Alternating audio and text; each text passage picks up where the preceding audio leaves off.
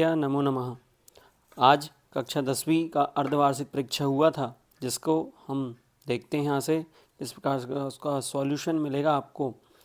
2024-25 बहुत अच्छा पेपर आया था, सरल पेपर आया था। आप सभी मेरे चैनल को सब्सक्राइब, लाइक एंड फॉलो ज़रूर करें। पहला प्रश्न आया था, उचित विकल्पम चित्वा लिखत वागीशा इत्यस्य पदस्य संधि विच्छेदम अस्ति। तो वागी शब्द में संधि विच्छेद पूछा है, तो इसका सही उत्तर ए टिक है, बाघ प्लस ईशः। क्या उत्तर आएगा? बाघ प्लस ईशः। दूसरा है, नमस्ते इत्यस्मिन् पदे संधि अस्ति। तो नमस्ते में विसर्ग संधि होगी, नमः प्लस ते, सूर्य प्लस उदयः।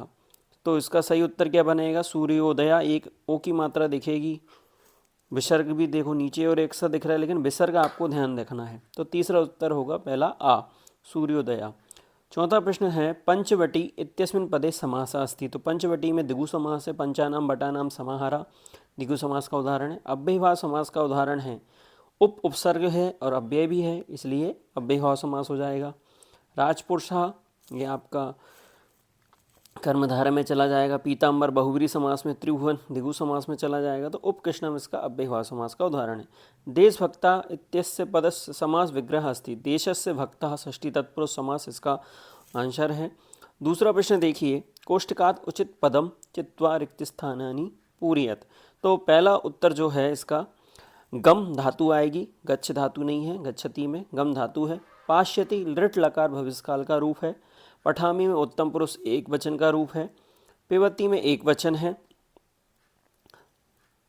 प्राचार्य पदिश्मिन प्रा उपसर्ग है, आ की मात्रा वाला नहीं आएगा, प्रा आएगा अकेला। और निर्बल में निरुपसर्ग है। तीसरा प्रश्न देखिए, एक पदेन उत्तरम लिखा, रामस्य पदे विभक्ति अस्ति। रामस्य में षष्ठी व्यक्ति का एक वचन है।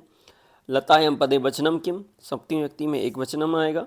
फलम इति पदे लिंगम, लिंगम नपुंसक लिंग है। बालका नाम पदे विभक्ति अस्ति। तो बालक शब्द की जो विभक्ति है वह कौन सी है? षष्ठी व्यक्ति का बहुवचन आएगा। विद्या माता इव रक्षति वाक्यस्मिन् अव्यय पदम अस्ति। तो इसमें इव अव्यय है, किसी का नाम आता है या क्रिया आती तो वह अव्यय नहीं होता है, इस बात का आपको ध्यान रखना है। इव इसमें अव्यय हो जाएगा। और अंतिम में भी अव्यय पूछा है, अहम अद्य विद्यालयम गच्छामि। तो वाक्यस्मिन् अव्ययम पदम अस्ति। तो इसमें अद्य अव्यय है। तो इस प्रकार से तीसरा प्रश्न हुआ। चौथा प्रश्न देखिए, शुद्ध वाक्यानाम समक्षम आम अशुद्ध वाक्यानाम समक्षम न इति लिखत।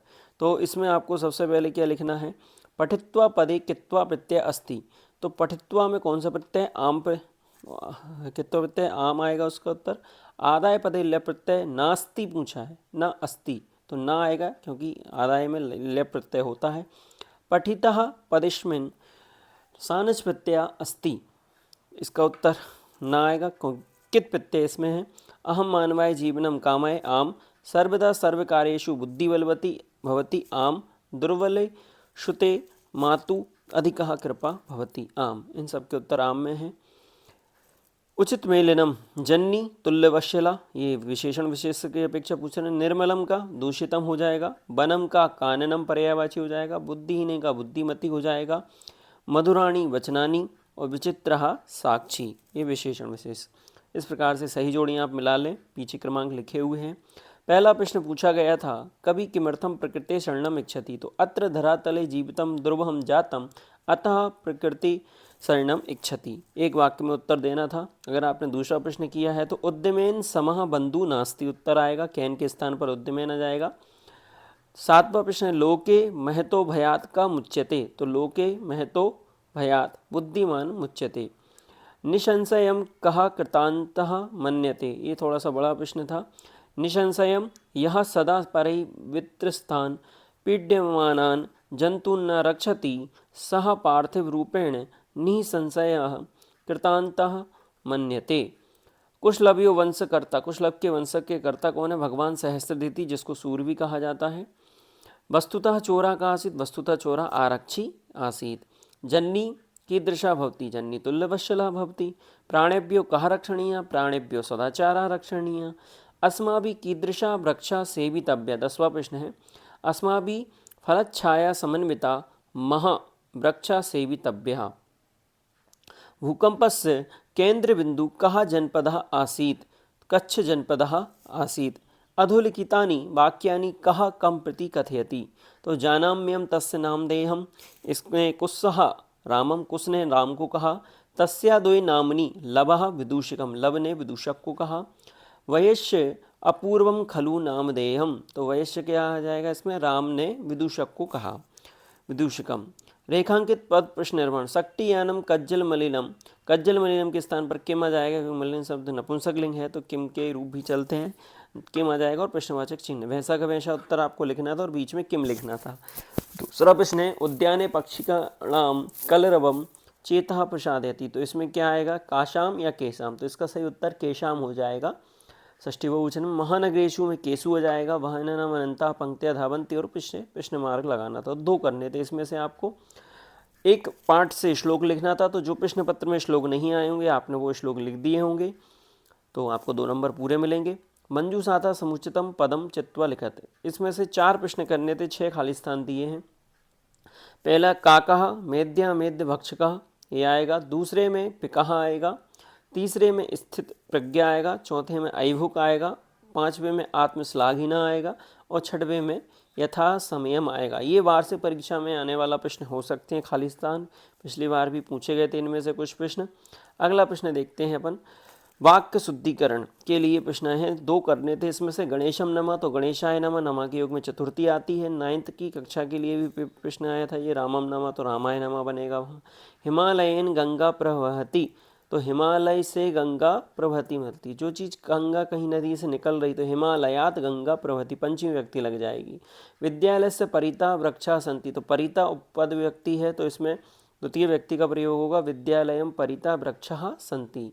सीता रामस्य सह वनम गच्छति, सीता रामेण सह वनम गच्छति, सह के साथ में तृतीया लगती है तो इसलिए रामेण हो जाएगा। तो इस प्रकार से वाक्य शुद्धिकरण। अब वाच्य परिवर्तन, रामेण विद्यालय गम्यते, तो इसमें रामः प्रथम व्यक्ति हो जाएगी, विद्यालय का विद्यालय द्वितीय व्यक्ति एकवचन हो जाएगा, गम्यते का गच्छति हो जाएगा। इस प्रकार से इसका वाच्य परिवर्तन हो जाएगा। सीता गीतम गायति, तो सीतया गीतम गीयते, इस प्रकार से वाच्य परिवर्तन कर्मवाच्य में बदल जाएगा। सा हसति भाववाचक साह का तेन हो जाएगा, हसति का हस्यते हो जाएगा। इसके बाद क्रम संयोजन था, ये भी बहुत सरल था। कश्चित कृषकः परिवर्ताभ्याम क्षेत्र कर्षणम कुर्वन् आसीत्, 1 नंबर पे आएगा, पहले ही नंबर पे लिखा है। अये सुबह किम में विरोधशी 2 नंबर पे आएगा।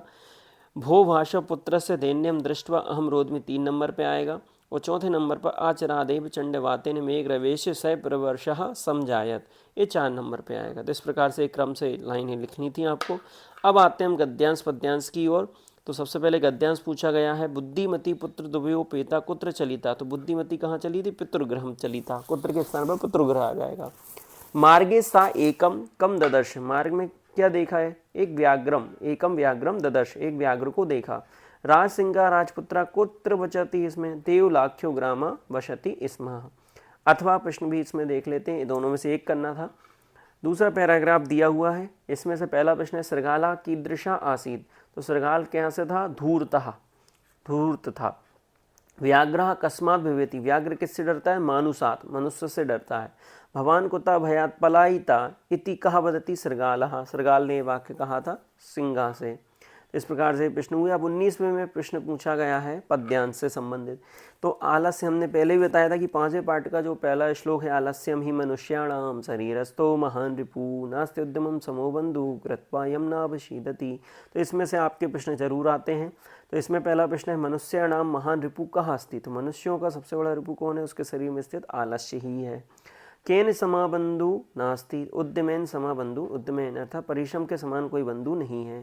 कृत्वा किसको करके, नर अवशीदति अर्थात दुख को प्राप्त नहीं करता, तो उद्यम, उद्यम को करके नहीं होता। दूसरा क्रोधो ही, इसी पाठ में से दिया है, क्रोधो ही शत्रु प्रथमो नराणाम देह स्थितो देह विनाशना यथा स्थिता काष्ठगतो ही वन्नी सा एव वन्यहृदयते शरीरम। इसमें कोई भी व्याकरण संबंधी क्वेश्चन नहीं पूछा है इस बार। प्रथम शत्रु का अस्ति, तो प्रथम शत्रु कौन है? क्रोध। क्रोध किसका शत्रु है? नराणाम अर्थात मनुष्यों का। और काष्ठ कह दहते, काष्ठ वन्नी, काष्ठ को कौन जलाता है? वन्नी अर्थात आग ही जलाती है, उसी की काष्ठ कहता है वन्नी। इस प्रकार से ये पद्यांश का प्रश्न है। अब एक पठित्व नाट्यांश से संबंधित प्रश्न पूछा गया है। वनस्य दृश्य समीपे एव कः नदी भवति, कः सुखेन विश्राम्यते, तो एकः सिंहः सुखेन विश्राम्यते। कः आगत्य सिंहस्य पुच्छं धुनाति, तो वानरः सिंहस्य आगत्य सिंहस्य पुच्छं धुनाति। वनस्य समीपे कः बहति, वनस्य समीपे एका नदी बहति। अथवा वाला प्रश्न भी देखें, कः कथयति अहं वनराजस्मि, सिंहः कथयति अहं वनराजस्मि।